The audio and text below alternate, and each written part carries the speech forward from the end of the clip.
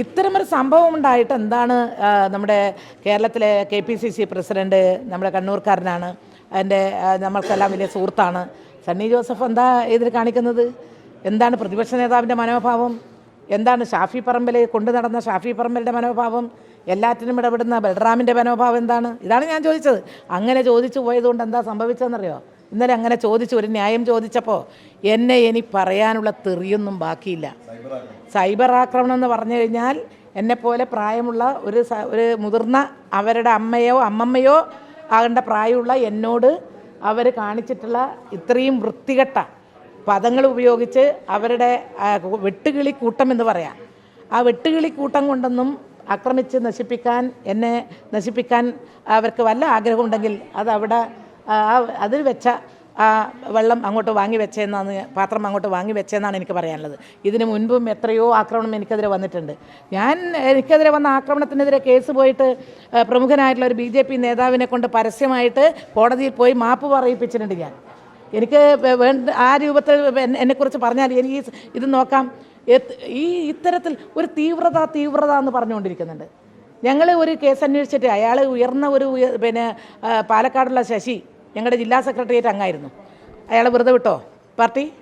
ഇല്ല, അയാൾ താഴെ എല്ലാ തിരഞ്ഞെടുക്കപ്പെട്ട സ്ഥാനത്ത് നിന്നും മാറ്റി. എന്നിട്ട് അതാണ് പാർട്ടിയിൽ പരാതി വന്നു കഴിഞ്ഞാൽ പാർട്ടിയിൽ നിന്ന് ശിക്ഷ കിട്ടി ഇപ്പോഴും അയാൾ പാർട്ടി മെമ്പറായിട്ട് നിൽക്കുകയാണ്. ഒന്നുമില്ല, എല്ലാറ്റിലും അങ്ങനെ കേസെടുത്തിട്ടുണ്ട്, നടപടി സ്വീകരിച്ചിട്ടുമുണ്ട്. പക്ഷേ ഇപ്പോൾ ഇവരോട് എന്താ സ്ഥിതി? KPCCയുടെ ഭാഗമായിട്ട് പാർട്ടി പ്രവർത്തകൻ എന്നുള്ള നിലയിൽ നടപടി എടുത്തിട്ടുണ്ടോ? ഇല്ല, നടപടി എടുത്തിട്ടില്ല. അല്ലെങ്കിൽ നടപടി എടുക്കണം എന്ന് ആവശ്യപ്പെട്ടുകൊണ്ട് അവർ നിർദ്ദേശം വന്നിട്ടുണ്ടോ? ഞാൻ ഇന്നലെയും ചോദിച്ചു. ഇവിടെ അവരുടെ ഒരു ദേശീയ നേതൃത്വം ഉണ്ടല്ലോ, ഇത്ര വൾഗറായിട്ടുള്ള ഒരു കേസ് കേരളത്തിലുണ്ടായിട്ട് എന്തുകൊണ്ടാണ് കേരളത്തിലെ ഒരു MP ആയിട്ടുള്ള വനിത കൂടിയായിട്ടുള്ള പ്രിയങ്ക ഗാന്ധി പ്രതികരിക്കാത്തത്? എന്താണ് ഇത്രയും മുതിർന്ന ഒരു സഹോദരി എന്നുള്ള നിലയിൽ സോണിയാഗാന്ധിക്ക് ഇതിനുള്ള അഭിപ്രായം പറയാത്തത്? ഇത്രയും സ്ത്രീകൾ ഈ ആക്രമണം അത്രയും സഹിച്ചിട്ടും എന്നിട്ടൊരു പെൺകുട്ടി ഗർഭിണിയായ പെൺകുട്ടിയുടെ ഗർഭം അലസിപ്പിക്കാൻ സ്വയം നേരിട്ട് നേതൃത്വം കൊടുക്കുന്ന ഒരു MLA ആയിട്ടുള്ള ഒരു വ്യക്തിക്കെതിരെ ഒരു വാക്ക് പോലും പ്രതികരിക്കാൻ ഇവർക്ക് സാധിക്കുന്നില്ലേ? അവരുടെ ദയനീയമായ പരാജയമാണ് ഈ നേതൃത്വം. AICCയുടെ നേതൃത്വം എന്ന് പറയുന്നത് രാഹുൽ ഗാന്ധി ആയാലും പ്രിയങ്ക ഗാന്ധി ആയാലും സോണിയാഗാന്ധി ആയാലും ഇതുപോലുള്ള കാര്യങ്ങളിൽ പോലും അവർ ദയനീയമായി പരാജയമടഞ്ഞു. എന്തിനാ ബ്രിജ്ഭൂഷൺ ശരൺ സിംഗിനെതിരെ അവർ വലിയ വായിൽ പറഞ്ഞത്? ഇവിടെ സ്പോർട്സ് രംഗത്ത് ഒളിമ്പിക്സ് താരങ്ങൾ ഡൽഹിയിൽ ഒരു മാസക്കാലം സമരം കിടന്നല്ലോ. അവരെ അപമാനിച്ച ആ MP പുറത്താക്കണമെന്ന് ആവശ്യപ്പെട്ടിട്ട് അവർ കോൺഗ്രസിൻ്റെ നേതൃത്വം പോയി അവരെ സമാധാനിപ്പിച്ചല്ലോ. എന്നിട്ടെന്താ ഈ കാര്യത്തിൽ എന്താ പ്രതികരിക്കാത്തത്?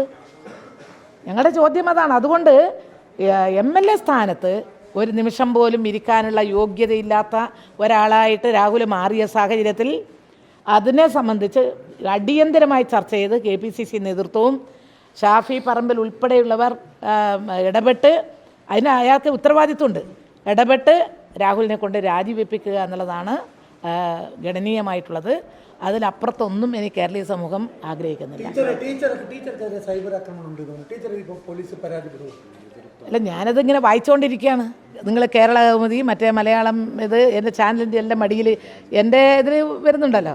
നിങ്ങളുടെ എല്ലാം ചാനലുകളുടെ അടിയിൽ ഇങ്ങനെ എന്നെക്കുറിച്ച് നിങ്ങൾ എന്നെ ഒന്ന് വായിച്ച് നോക്കിയാൽ മതി.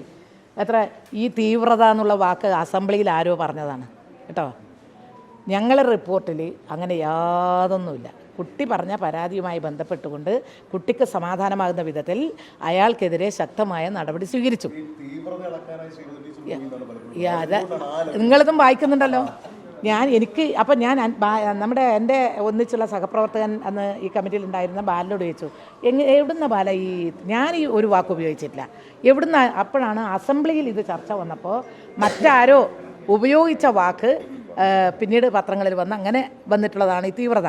റിപ്പോർട്ടിലുമില്ല, ഞാൻ പറഞ്ഞിട്ടുമില്ല. ഇനി പറഞ്ഞാലത് പറയാത്തതുകൊണ്ട് ഞാൻ അങ്ങനെ എത്ര കൊല്ലമായി ഇത് ആവർത്തിച്ചുകൊണ്ടിരിക്കുന്നത്? ഇതൊക്കെ എന്ന് പറഞ്ഞാൽ ഉണ്ടാക്കുന്നതാണ്.